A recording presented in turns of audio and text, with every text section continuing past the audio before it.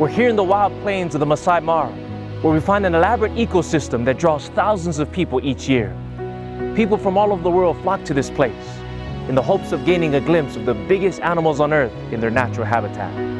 The Mara is the home to the blue-legged topi, the striped zebra, the spotted giraffe, the bowed and brazen buffalo, the elusive leopard, the hungry hippo, the Nile crocodile, the laughing hyena, the bombastic baboon, the wild wildebeest, the tree-crushing elephant, the chilling cheetah, and the lazy lion.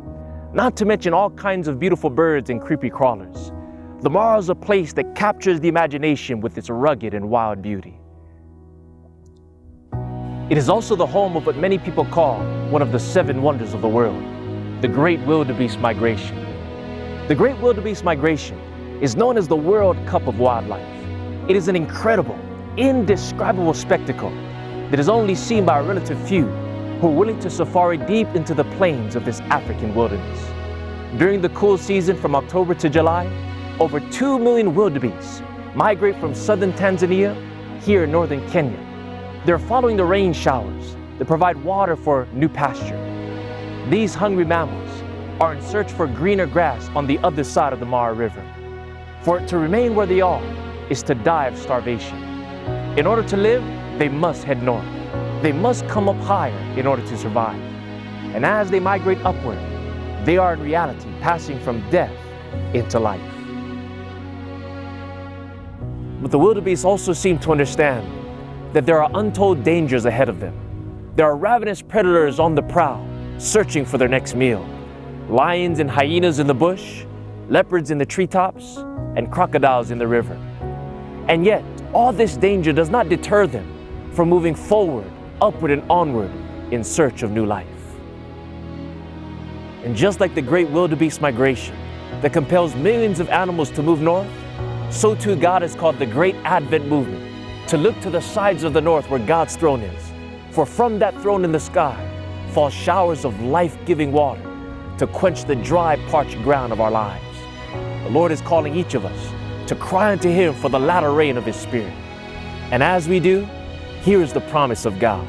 The Lord declares, I will make them and the places all around my hill a blessing, and I will cause showers to come down in their season, and there shall be showers of blessing. Then the trees of the field shall yield their fruit, and the earth shall yield her increase, and they shall be safe in the land, and they shall know that I am the Lord. The Lord has promised something better for us up north, if we have the courage to follow Him in faith. My friend, don't get stuck in a spiritual rut. Don't rest content with the dry, dead grass of religious formalism or postmodern relativism.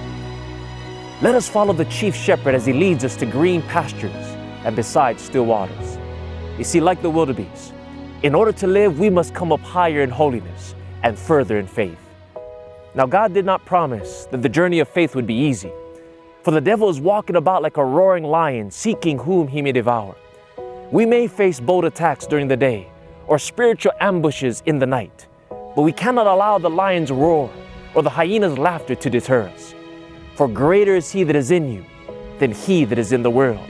And if God is for us, who can be against us? My friend, perhaps today God is calling you to a higher purpose, a new opportunity, a different calling, a more fruitful field of labor. But maybe you're afraid of failure. You're scared of defeat, terrified by potential loss. But if God is calling, do not stay back in fear. For to remain still is to die. To move forward is to live. So move forward in faith. For though we walk through the valley of the shadow of death, we don't have to be afraid of anything, for our God is with us.